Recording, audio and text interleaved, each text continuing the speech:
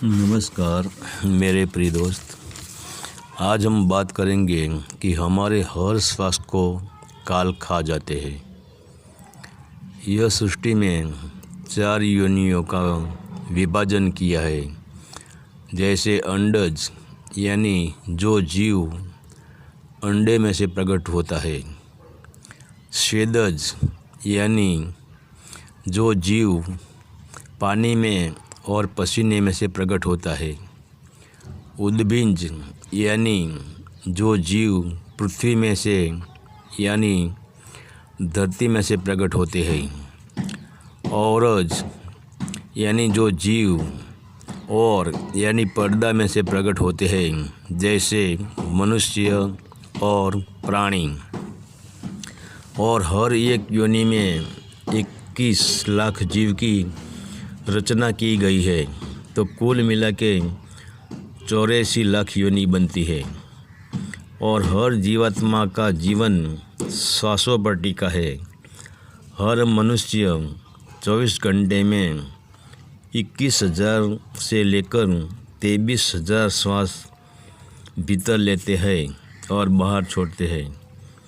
एक श्वास हमने भीतर लिया जिसको हम पूरक कहते हैं, और भीतर श्वास को रोक लिया जिसको हम कुंभक कहते हैं, और वही श्वास को हमने बाहर फेंक दिया जिसको हम रेचक कहते हैं। अब मज़े की बात यह है कि जब तक श्वास हमारे भीतर था तब तक उसके पर हमारा अधिकार था। जैसा हमने श्वास को बाहर फेंक दिया तो इस श्वास पर से हमारा अधिकार छूट गया। वह श्वास को काल खा गया, समय खा गया, और इस श्वास के लिए हम अरबों खरबों का खर्च करें तो भी वह श्वास हमको वापस नहीं मिलेगा। ठीक है, हमको दूसरी श्वास मिल जाएगी तो हम दूसरी श्वास को भी बाहर फेंक देते हैं और नई श्वास लेते हैं। यही हमारा क्रम चलता रहता है और हम धीरे धीरे हमारे श्वासों का भंडार को कम करते रहते हैं।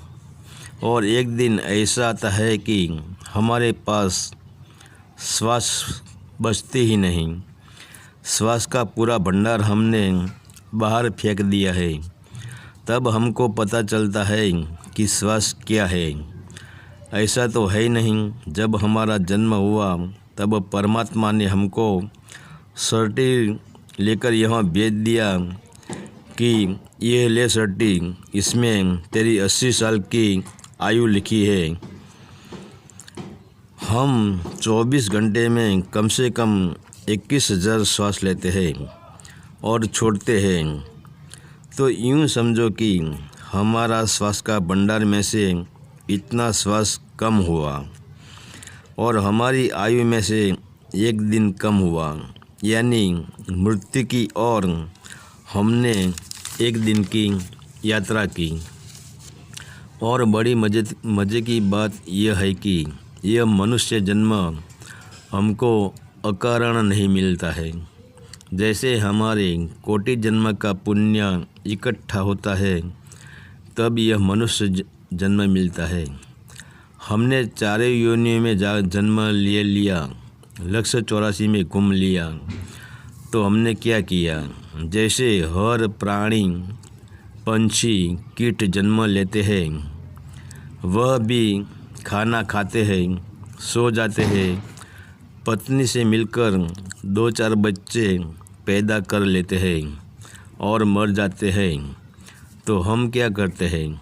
जन्म लेते हैं, बड़ा होकर शादी कर लेते हैं, खाना खाते हैं, सो जाते हैं और 2-4 बच्चे पैदा करके बाद में मर जाते हैं और विषय वासना में लपेट जाते हैं। तो हमसे तो प्राणी पंछी अच्छे होते हैं जो जन्म से मृत्यु तक प्रकृति के भरोसे ही जीवन जीता है और बिन विषय वासना में फंसकर शरीर को मृत्यु के हवाले कर देता है। और हम किसी मनुष्य को कहते हैं कि आप मेहनत क्यों करते हैं, तो जवाब मिलता है खाने के लिए। और पूछे कि खाना क्यों खाते हो, तो जवाब मिलता है कि जीने के लिए। जीते क्यों हो, तो कहते हैं हमारा अरमान पूरा करने के लिए। संपत्ति से ही अरमान पूरे होते हैं, मगर हमारी अरमान पूरे हो जाए ऐसी संपत्ति तो हमारे पास है नहीं, क्योंकि सही संपत्ति तो वह है जिसको मृत्यु भी नहीं छीन सकता है। तो मेरे दोस्त, मनुष्य हम हैं तो जगत के कार्य भी करना पड़ेगा, समाज में रहना पड़ेगा, सामाजिक कार्य भी करना पड़ेगा। हमारा कुटुंब का पालन पोषण करने के लिए किसी भी प्रकार की मेहनत मजदूरी भी करनी पड़ेगी। मगर हर श्वास लेते वक्त या छोड़ते वक्त होश में रहो, साक्षी रहो कि जो मैं कर रहा हूँ वह यह शरीर कर रहा है, मैं तो अकर्ता हूँ।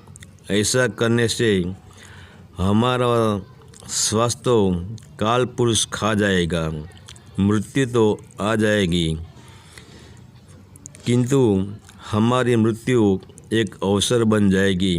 जैसे एक लड़की शादी करके पियू मिलन जाती है, तो हमारा मृत्यु भी पियू मिलन हो जाएगा। हरिओम तत्सत। आदेश का प्रणाम।